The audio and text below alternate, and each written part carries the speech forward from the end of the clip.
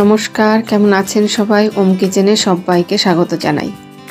শীত মানেই তো ফুলকপি, বাঁধাকপি, শিম, বেগুন, নানান রকম সবজি।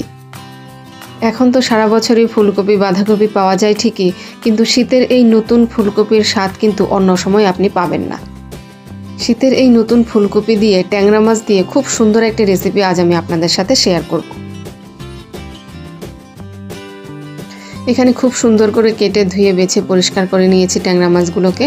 এখানে 250 গ্রাম ট্যাংরা মাছ আছে। ট্যাংরা মাছগুলো জ্যান্ত ছিল, একদম খুব সুন্দর ছিল ট্যাংরা মাছগুলো। সবসময় আমি যেরকম মাছ মেখে নিই ঠিক একই রকমভাবে নুন, হলুদ আর একটু সর্ষের তেল দিয়ে মাছটাকে মেখে নিলাম। মাছটাকে মেখে আমি 10 থেকে 15 মিনিট রেখে দেব। ফুলকপিগুলো মাঝারি সাইজে কেটে নিয়েছি।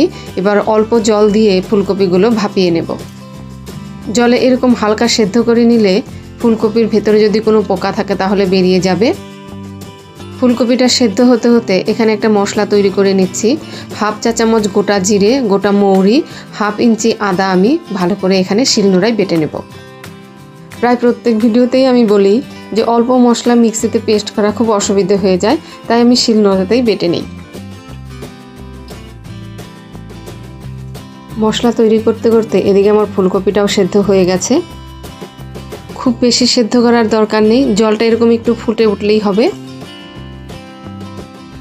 এবার জলটাকে ঝরিয়ে নেব। কড়াটা খুব ভালো করে গরম করে পরিমাণ মতো সর্ষের তেল দিয়ে দিলাম। সর্ষের তেলটাকে এরকম ধোয়া ওঠা গরম করতে হবে। সেই ধোয়া ওঠা গরম তেলের মধ্যে আমি মাছগুলোকে দিয়ে দিলাম।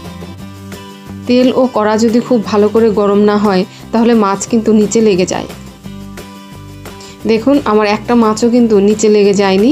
এবার উল্টে পাল্টে হালকা একটু মাছটা ভেজে নেব। খুব বেশি মাছটা ভাজার আমার দরকার নেই, কারণ মাছটা আমার জ্যান্ত ছিল একদম।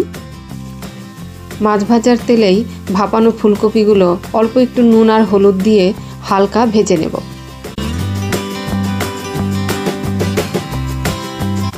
ফুলকপিতে হালকা ভাজার এরকম একটু দাগ পড়লেই কিন্তু আমি ফুলকপিটা নামিয়ে নেব। দেখে নিশ্চয়ই বুঝতে পারছেন কতটা সুন্দর হয়েছে ফুলকপি ভাজা। কড়াতে আরেকটু তেল দিয়ে দিচ্ছি।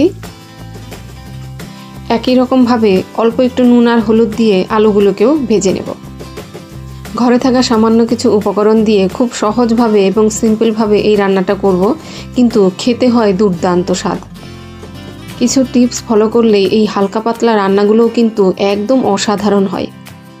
ফোড়নে দিলাম 2টো শুকনো লঙ্কা, গোটা গরম মশলা, 1/2 চা চামচ গোটা জিরে। গরম মশলাতে আমি 4টে এলাচ, 2টো লং আর অল্প একটু দারচিনি নিয়েছি। বেটে রাখা মশলাটা দিয়ে দিলাম। এবার এতে 1/2 চা চামচ হলুদ গুঁড়ো এবং 1/2 চা চামচ লঙ্কা গুঁড়ো দিলাম। আমি বাটা মশলাটাকে কিভাবে কড়াতে ঢেলে দিলাম সেটা আপনারা নিশ্চয়ই লক্ষ্য করেছেন। একদম ওই সাইড থেকে দেবেন, মাঝখানে একদম তেলের মধ্যে দেবেন না, তাহলে ছিটকে কিন্তু গায়ে চলে আসতে পারে। মশলাতে যতটুকু জল ছিল সেই জলটুকু শুকনো হয়ে গেলেই আমি ভাজা আলু আর ফুলকপিটা দিয়ে দিলাম। দেখে নিশ্চয়ই বুঝতে পারলেন যে মশলা থেকে তেলটাও ছেড়ে দিয়েছিল। খুব অল্প একটু গরম জল দিয়ে মশলার সাথে ফুলকপি আলুটাকে একটু কষে নেব। ফোড়ন দেওয়া থেকে আমি গ্যাসের আঁচটাকে কিন্তু একদম লো রেখেছিলাম। ফুলকপিটা দিয়ে গ্যাসের আঁচটাকে মিডিয়াম করে দিয়েছি। এভাবে অল্প অল্প জল দিয়ে 2 থেকে 3 বার একটু কষে নেব। এতে মশলাটা খুব সুন্দরভাবে আলু ফুলকপির মধ্যে ঢুকে যাবে এবং আলু ফুলকপিটা খেতে দুর্দান্ত স্বাদ হবে। এবার পরিমাণ মতো গরম জল দিয়ে দিলাম। ঝোলটা কিন্তু বেশি দেবেন না, যতটুকু ঝোল রাখবেন ঠিক ততটুকু ঝোল দিলেই হবে। স্বাদ মতো নুন দিলাম। হালকা রান্নার টেস্টই নির্ভর করে এই ঝোলের ওপর। বেশি ঝোল দিয়ে দিলে কিন্তু ঝোলটা পানসে হয়ে যায় খেতে।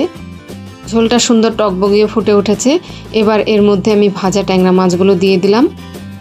একদম লো আঁচে 5 মিনিট সেদ্ধ করে নেব। 5 মিনিট পর আমি ঢাকাটা খুলে দিলাম। দেখুন কতটা সুন্দর হয়েছে। ঝালের জন্য কাঁচা লঙ্কা দিয়ে দিলাম কয়েকটা। এবার ঢেকে আরও 5 মিনিট আমি রান্না করব। 5 থেকে 6 মিনিট পর ঢাকনাটা আমি খুলে দিলাম। দেখুন কতটা সুন্দর হয়েছে। আলু এবং ফুলকপিটাও বেশ সুন্দরভাবে সেদ্ধ হয়ে গেছে। তরকারিটা একদম পারফেক্টভাবে তৈরি হয়ে গেছে। এবার শেষে একটু ধনেপাতা কুচি ছড়িয়ে আমি নামিয়ে দেব। গ্যাসের আঁচ বন্ধ করে 5 মিনিট স্ট্যান্ডিং টাইমে রাখবো। যে কোনো রান্নায় গরম ওভেনের উপরে 10 থেকে 5 মিনিট স্ট্যান্ডিং টাইমে রাখলে তার স্বাদ কিন্তু হয় মারাত্মক। শীতের দুপুরে গরম ধোয়া ওঠা ভাতের সাথে পরিবেশন করুন এই ট্যাংরা মাছের ফুলকপির রসা। ভিডিওটাও তাহলে আজ এখানেই শেষ করছি। রেসিপি কেমন লাগলো অবশ্যই আমাকে কমেন্টে জানাবেন। ভালো লাগলে একটা লাইক করে দেবেন। সবাই ভালো থাকবেন, সুস্থ থাকবেন, সাবধানে থাকবেন। দেখা হচ্ছে পরের একটা ভিডিওতে।